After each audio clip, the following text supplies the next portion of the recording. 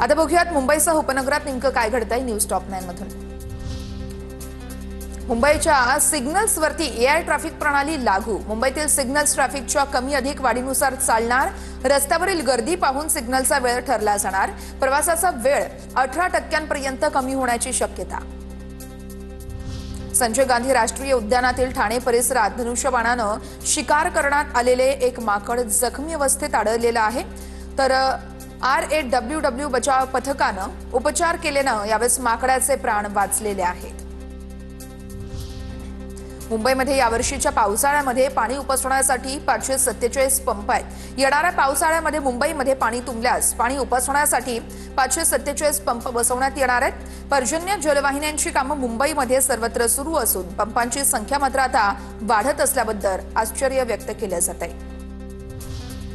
मुंबईतील घाटकोपर या ठिकाणी ज्येष्ठ नागरिकाच्या घरातून काळजी वाहून 3,55,000 सोन्याचे दागिने लंपास केलेत।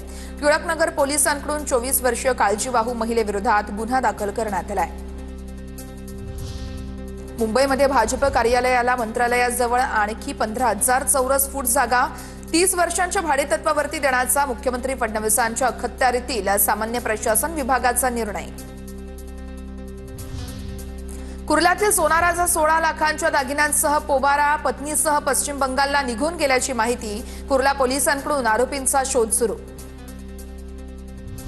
अंबरनाथ पालिकेच्या आवारामध्ये छत्रपती शिवाजी महाराज यांचा सिंहासनारूढ पुतळा बसवा। शिवसेनेचे नगरसेवक सुभाष साळुंके यांची मागणी। मुंबईमध्ये आज रमजान ईद मोठ्या उत्साहात साजरी। तर चिश्ती हिंदुस्थानी मस्जिदमध्ये नमाज पठण कार्यक्रमानंतर पोलिसांकडून पुष्पगुच्छ देत मुस्लिम बांधवांना शुभेच्छा। आता जाऊयात पुण्यामध्ये। पुणे जिल्ह्यात नेमकं काय घडतंय बघूयात न्यूज टॉप 9 मधून। पुण्यातील कोंढवा परिसरामध्ये दुचाकीवरून येत राडा करणाऱ्या गुंडाचा माज हा पोलिसांनी उतरवलाय। रस्त्याने जाणाऱ्या बँक कर्मचाऱ्याला आणि कुरिअर बॉयला कमरेच्या पट्ट्याने मारहाण केल्याचा प्रकार। पोलिसांच्या आरोपींवर कारवाई। लोणावळ्यातील आई एकविरा देवीचा 8 वर्षांपूर्वी चोरीला गेलेला कळस अखेर पुन्हा मंदिरात परतलेला आहे। हा कळस लोणावळा ग्रामीण पोलीस ठाण्यातील कायदेशीर प्रक्रिया पूर्ण करून मंदिरात आणण्यात आलाय। पुण्याच्या भोरमध्ये घराच्या अंगणात करणाऱ्या चिमुकल्या बहीण भावांना भरधाव टेम्पोनं चिरडलं। 8 वर्षाच्या चिमुकलीचा जागीच मृत्यू तर 6 वर्षीय भाऊ गंभीररित्या जखमी। आरोपीचा पोलिसांकडून शोध सुरू। पुणे जिल्ह्याला अवकाळी पावसाचा फटका। जिल्ह्यामध्ये जवळपास 800 हेक्टरवरती नुकसान झालंय। पालकमंत्री सुनेत्रा पवार यांच्याकडून तात्काळ पंचनामे करण्याचे प्रशासनाला आदेश।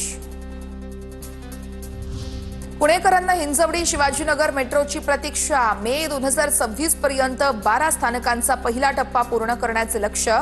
मेट्रोमुळे शिवाजीनगर ते हिंजवडी अंतर अवघ्या काही मिनिटांमध्ये पार करणं आता शक्य होणार आहे।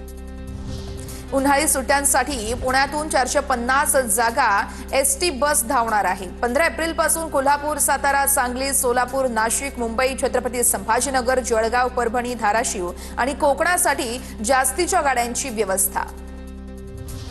पुणे नाशिक महामार्गावरती 4 मिसिंग लिंक तयार करणार। चाकण तळेगाव शिखरापूर मार्ग कोंडीमुक्त होणार। चाकणची वाहतूक कोंडी फोडण्यासाठी पुणे महानगर प्रदेश विकास प्राधिकरणाचा निर्णय।